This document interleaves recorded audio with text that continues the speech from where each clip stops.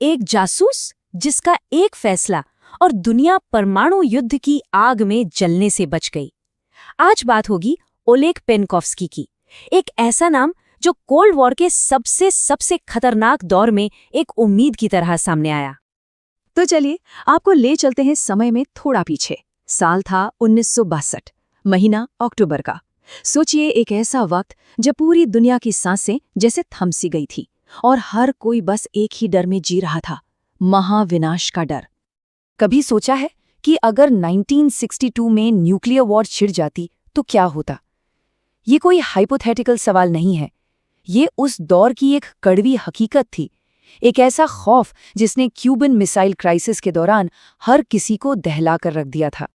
ये पूरा संकट सिर्फ 13 दिन चला, लेकिन हर एक दिन दुनिया को तबाही के और करीब ले जा रहा था।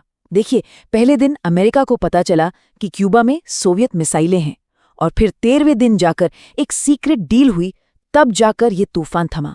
यकीन मानिए, ये 13 दिन शायद इतिहास के सबसे टेंशन भरे दिन थे। एक तरफ अमेरिका, दूसरी तरफ सोवियत संघ।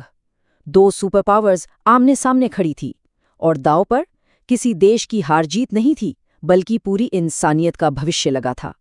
बस एक गलत फैसला और सब कुछ खत्म, सब कुछ। लेकिन इस बड़े जियोपॉलिटिकल ड्रामा के पर्दे के पीछे ना एक और ही कहानी चल रही थी।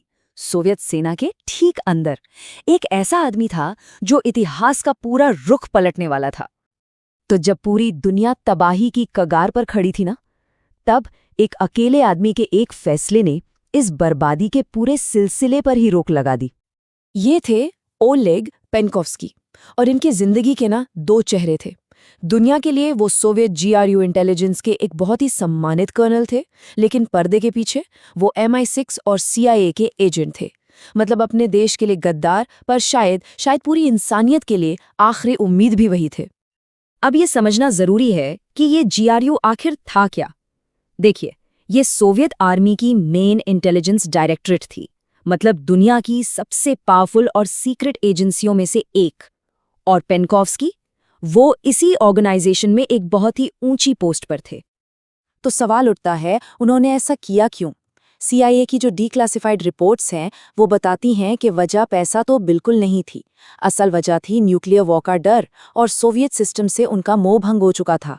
उन्हें लगने लगा था कि आने वाली तबाही को रोकना अब उन्हीं की जिम्मेदारी है। तो सवाल ये है कि आखिर कैसे उन्होंने इतिहास के सबसे खतरनाक जासूसी मिशनों में से एक को अंजाम दिया। चलिए जरा उनके तरीकों पर गौर करते हैं।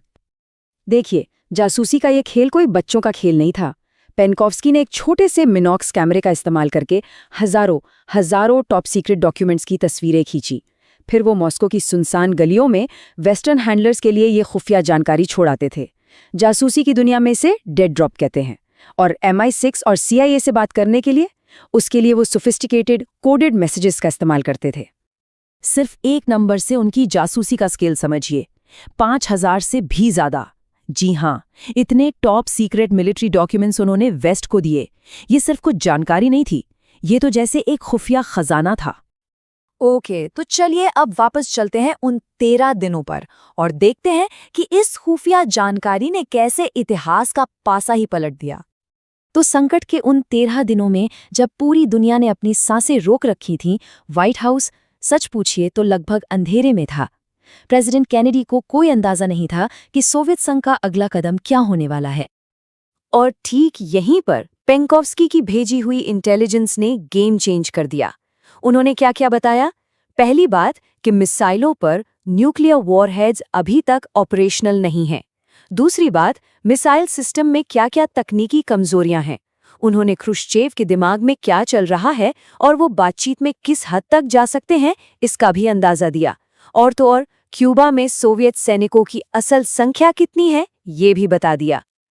अब इस एक जानकारी ने प्रेसिडेंट केनेडी को वो कॉन्फिडेंस दिया जिसकी उन्हें उस वक्त सबसे ज्यादा जरूरत थी।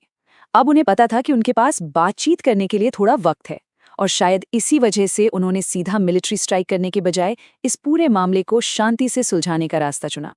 तो दुनिया तो बच गई, लेकिन जिस इंसान ने दुनिया को बचाया, उसे इसकी सबसे बड़ी, सबसे भारी कीमत चुकानी पड़ी। उनकी कहानी का अंत बहुत ही ट्रैजिक था। सोचिए, अक्टूबर 1962 में उन्होंने दुनिया को जंग से बचाया और ठीक उसी महीने 22 तारीख को केजीबी ने उन्हें मॉस्को में गिरफ्तार कर लिया और फिर मई 1963 में उन पर देशद्रोह का मुकदमा चला और उन्हें मौत की सजा दे दी गई।